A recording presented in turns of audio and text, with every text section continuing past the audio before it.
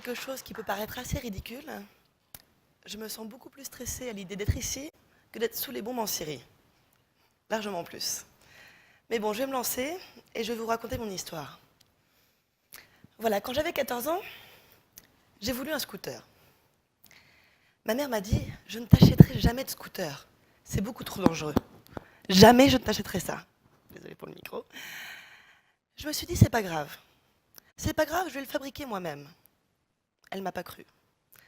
6 mois plus tard, et des heures de babysitting, j'avais acheté pièce par pièce ma mobilette et assemblé. Bon, les freins ne marchaient pas, elle ne démarrait pas toujours, mais elle roulait, et c'était le principal pour moi. Et de toute manière, 2 semaines plus tard, ma mère m'a offert un scooter parce qu'elle avait trop peur que j'utilise la mobilette. Ma carrière professionnelle a commencé un peu de la même manière. J'avais 21 ans et j'étais au Liban. Voilà, j'étais assez déçue, lassée du traitement de l'information qui était fait sur le conflit syrien. J'étais déçue parce que je n'avais pas les réponses que je voulais. Alors là, tout le monde m'a dit, Camille, ne pars surtout pas en Syrie, c'est beaucoup trop dangereux. Tu n'as aucune expérience, ne va surtout pas là-bas. 6 mois plus tard, et des heures à apprendre l'arabe et l'anglais, d'autres à enseigner le français au Liban, j'ai pris mon billet d'avion pour le sud de la Turquie. J'avais envoyé des milliers de mails à tous les médias de la planète. Les télés, les radios, les journaux, les sites web, les productions, j'avais tout essayé, j'avais postulé partout. Personne ne m'a répondu, à part quelques sites web inconnus qui voulaient bien que je travaille pour eux gratuitement. Oui, bien sûr. Partir en Syrie, risquer ma vie, bénévolement. Je sais, on me dit que je suis difficile. Il paraît que de nos jours, il faut accepter tout, même de se faire exploiter. C'est pas grave, je pars quand même en Syrie. À la frontière, un ami me donne le numéro de téléphone de quelqu'un qui peut m'héberger. J'avais réussi à économiser un peu d'argent, j'avais mis de côté 1 000 $, un sac à dos avec quelques vêtements et mon appareil photo. Bizarrement, c'est pas très compliqué de rentrer en Syrie. D'abord, il y a le poste frontière turc. Bon, ils ont des têtes de cons, comme toujours. Tu fais là que des heures. Mais ils tamponnent ton passeport et te laissent partir. Ça y est, tu es sorti du territoire turc. Maintenant, direction la Syrie. Débrouille-toi. Il n'y a pas 36 000 chemins. C'est simple, il y a 5 km de no man's land à traverser à pied, avec une route toute droite, de chaque côté des barbelés qui montent jusqu'au ciel, et là, direction la Syrie. Alors, c'est à ce moment-là qu'on se demande, quand est-ce que je vais entendre la première bombe? Est-ce que je vais supporter le stress? Est-ce que je vais prendre peur quand ça va commencer à tirer? Est-ce que je vais supporter le stress de me faire kidnapper? On ne peut pas savoir tant qu'on n'y est pas parti.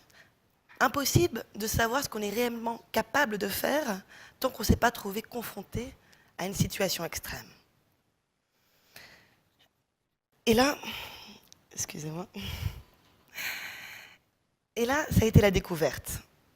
Finalement, les bombardements ne me dérangeaient pas, ni même les tirs. Même bizarrement, j'étais heureuse d'être là. J'étais fière. Alors, ça peut paraître bizarre, c'est vrai, ça peut même paraître indécent de dire ça, mais j'étais contente d'être là. J'étais contente parce que j'avais l'impression de vivre une partie de l'histoire avec ces gens. J'avais l'impression que là-bas, j'étais utile. Que si je n'étais pas là, ces gens continueraient à mourir en silence. Et il n'y a rien de plus gratifiant qu'une vieille dame qui nous prend dans ses bras ou d'un jeune Syrien qui nous remercie de parler de lui, de parler de sa vie. Il est content de ne pas mourir en silence et il veut être sûr que le monde entier est au courant de ce qui se passe dans son pays. Bref, j'étais fière, j'étais heureuse. Et j'étais aussi fière parce que je n'avais eu besoin de personne pour en arriver là. J'étais arrivée ici par moi-même et je m'étais offert ma propre opportunité de pouvoir réussir. Alors, cette fierté, elle me donnait un courage inébranlable, un courage fou. J'étais capable de prendre n'importe quel risque pour aller au plus loin dans l'information. J'étais prête à tout pour faire mes preuves, prête à mourir pour une image. C'est fou, je sais. Il s'est passé beaucoup de choses en Syrie. Il me faudrait des heures pour vous le raconter. 3 jours après mon arrivée à Alep, les 3 photographes avec qui je travaillais se sont fait kidnapper. On était ensemble le matin même, on travaillait toujours ensemble et ils sont partis sur notre sujet. Sur le chemin, ils se sont fait arrêter et emmenés par un groupe de rebelles pas vraiment identifiés. Là, c'est le choc. Je me suis retrouvée avec d'autres rebelles que je ne connaissais pas vraiment. On ne savait pas où étaient mes collègues, ce qu'ils étaient devenus, est-ce qu'ils étaient encore en vie. Et là, je commence à douter, à me poser des questions. À qui faire confiance, à qui ne pas faire confiance. 48 heures après, ils ont été libérés. Et ils ont fui immédiatement vers la Turquie. Juste après, je me suis rendu compte que c'était les personnes qui nous hébergeaient qui avaient monté le coup. Alors là, on se pose beaucoup de questions. Mais on n'a pas le luxe ni le temps de prendre peur, en général, dans ce genre de situation. C'est l'instinct de survie qui prédomine. Et j'ai décidé de ne pas partir de Syrie. J'avais une mission à réaliser, j'avais un travail à finir. Alors j'ai simplement changé d'hébergement et j'ai voulu continuer. Et ça a été ça pendant tout mon séjour en Syrie. On a essayé de me décourager, on m'a menacé, on m'a arrêté, on m'a interviewé, enfin, questionné pendant des heures. On voulait me faire partir de Syrie. Mais j'ai résisté. Et grâce à Dieu, j'ai évité le pire. Je suis là aujourd'hui. Alors, toutes ces choses qui sont passées en Syrie, c'est une énorme expérience, évidemment. En tout, j'ai passé 2 mois à Alep. J'ai travaillé pour l'AFP, pour Arte.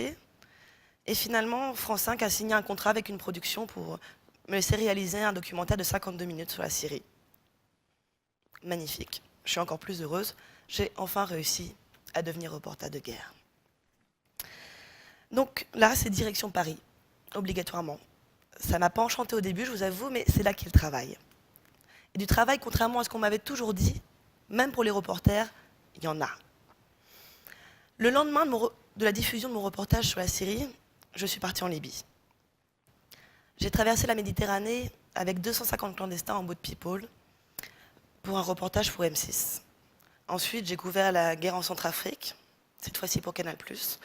Et là, comme on vient de le dire, je reviens de Thaïlande et je repars aux États-Unis le mois prochain encore pour M6. Donc tout ça, tout ce que je vous raconte depuis tout à l'heure, tout depuis la Syrie, donc le début, tout ça, ça s'est passé en 1 an. Donc ça a été très court. Alors évidemment, la vie de reporter, c'est pas toujours non plus très rose. Il y a des inconvénients à être reporter. C'est pas toujours évident de gérer, de trouver un équilibre avec cette double vie, cette sorte de schizophrénie. Oui, schizophrénie, puisque d'un côté, on a cette vie, sur le terrain, souvent dans la guerre, avec des moments très forts, des aventures passionnantes, palpitantes, et des moments très durs. Et de l'autre, le retour à Paris, le très dur retour à Paris, où là, on essaie de reprendre ses marques, de retrouver la civilisation. On essaie de reprendre la vie d'une jeune fille, de n'importe quelle jeune fille de 22 ans. Alors même si on n'en a pas forcément envie au début, on essaie de reprendre des petits plaisirs, des petites habitudes, se faire une manucure, sortir entre amis. Et au début, c'est pas évident. Mais c'est comme ça qu'on s'accroche et qu'on essaie de ne pas devenir complètement cinglé, ne penser non plus qu'à la guerre. Donc, il y a évidemment des inconvénients, il y a des sacrifices parfois qui sont cruels, des compromis très cruels dans la vie à faire, surtout qu'on est reporter. Mais c'est pas grave, je m'en fiche. Je m'en fiche parce que dans 8 jours, j'ai 23 ans et je vis confortablement de ma passion. Je voyage aux 4 coins du monde pour faire ce que j'aime le plus, informer, enquêter, dénoncer et surtout rencontrer de nouvelles personnes, nouvelles cultures et apprendre à les connaître, prendre le temps de les comprendre. C'est ça le principal. C'était un rêve fou et il s'est réalisé. Tout ça pour vous dire que si j'avais écouté les gens qui me disaient de ne pas partir, les gens qui me critiquaient, si j'avais fui au premier danger et si j'avais abandonné lorsqu'il fallait se surpasser, si j'avais pas fait tous ces sacrifices personnels, aujourd'hui je n'aurais rien. Du moins rien de ce que je voulais. Je serais probablement au chômage ou de nouveau sur les bancs de l'école, à m'ennuyer, sans but. Alors j'ai envie de dire à tous ceux qui ont un rêve, ce rêve qu'ils ont au fond du cœur et qu'ils n'ont toujours pas réalisé, que bien sûr il n'est jamais trop tard, mais surtout qu'aucune excuse n'est valable, et particulièrement pour les jeunes. On vit certes dans un monde qui a ses défauts, mais il y a une chose qui est sûre, tout est possible tant qu'on a le courage de le rêver, l'intelligence d'en faire un projet réaliste, et la volonté de combattre ses propres détracteurs. Je n'ai jamais fait de grandes écoles, je n'ai pas fait d'études longues, je n'ai pas eu de piston. Je ne suis pas non plus passée sur le bureau du directeur. Non, j'ai juste cru en mes rêves et je me suis accrochée. Il ne faut pas se contenter de subir sa vie. il faut la choisir. Il ne faut pas contenter de faire son job. Il faut le vivre, il faut le transpirer. Il faut embrasser ses convictions et faire en sorte que son existence ait un impact positif sur la société. Alors, évidemment, sur le terrain, parfois, j'ai pu rencontrer des situations horribles. J'ai vu le pire qu'est capable de faire l'être humain. Des situations inimaginables, peut-être. Et pourtant, même dans les situations les plus horribles, j'ai toujours trouvé une pointe d'amour, de solidarité, d'espoir. Et c'est pour ça que j'ai encore foi en l'avenir, en l'être humain. Parce que je sais que l'homme n'est pas foncièrement mauvais. Il y a toujours quelque chose de bon en lui. Alors, j'appelle tous les gens, tous les jeunes surtout, qui se plaignent du monde dans lequel on vit, que le monde, c'est nous qui le faisons, et personne d'autre. Si vous n'êtes pas d'accord avec la politique, alors faites-la. Si vous trouvez qu'il y a des injustices, engagez-vous. Si vous rêvez d'un monde meilleur, battez-vous. Prenez-vous en main et prenez des risques. C'est bien la pire des folies que d'être sage dans ce monde de fous. Et comme on ne peut pas toujours se battre seul, je tiens à finir ce speech en remerciant les gens qui m'ont aidé, que j'ai rencontrés sur mon parcours et sur mon chemin, et qui font que je suis qui je suis aujourd'hui. Merci beaucoup.